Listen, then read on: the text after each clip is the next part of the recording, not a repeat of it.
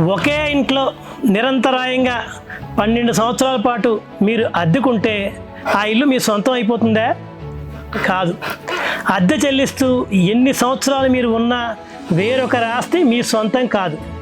అయితే ప్రతికూల స్వాధీనం, యాడ్వర్స్ పొజిషన్ అంటే లిమిటేషన్ యాక్ట్ 1963 ప్రకారం యజమాని అనుమతి లేకుండా నిరంతరాయంగా బహిరంగంగా యజమాని అభ్యంతరం తెలియజేయకుండా కంటిన్యూగా 12 సంవత్సరాలు ప్రైవేట్ ఆస్తి కనుక మీరు ఆక్రమించుకుని ఉంటే ప్రతికూల స్వాధీనం అనేది కోర్టు ద్వారా మాత్రమే సాధ్యమవుతుంది.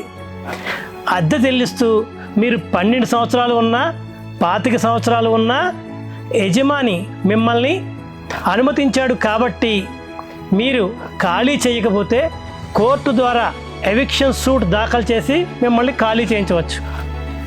ఒక యజమానిగా మీ ఆస్తిని ఇలాంటి ఇబ్బందుల నుంచి కాపాడుకోవాలంటే అద్దె ఒప్పందం రాసుకోండి. పన్ను రసీదులు సకాలంలో చెల్లిస్తూ ఉండండి.